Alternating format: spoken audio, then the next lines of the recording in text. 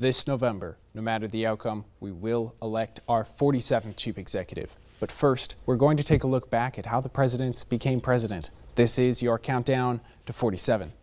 Returning now to Uncle Jumbo, Grover Cleveland, the 24th president. After leaving the White House in 1889 to President Benjamin Harrison, Cleveland moved to New York City and returned to his legal career.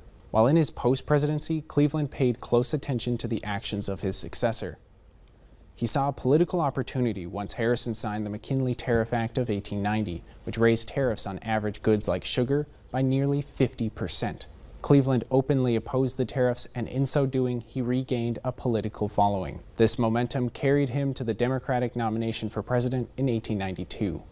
Cleveland came out the victor in a rematch election against incumbent President Harrison. The 22nd president was now set to also become the 24th. Cleveland's second term had barely begun before depression took hold of the nation. The Panic of 1893 saw businesses collapse, farmsteads foreclosed, and rampant unemployment. During this crisis, President Cleveland chose to prioritize the U.S. Treasury, working to repeal the Sherman Silver Purchase Act of 1890.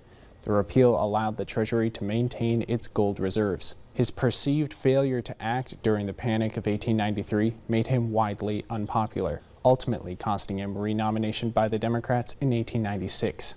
They chose William Jennings Bryan to face William McKinley of the Republicans in the general election to see who would become the last chief executive of the 19th century. Grover Cleveland served as President of the United States from 1893 to 1897. I'm Eric George for Valley News Live, and this has been your countdown to 47.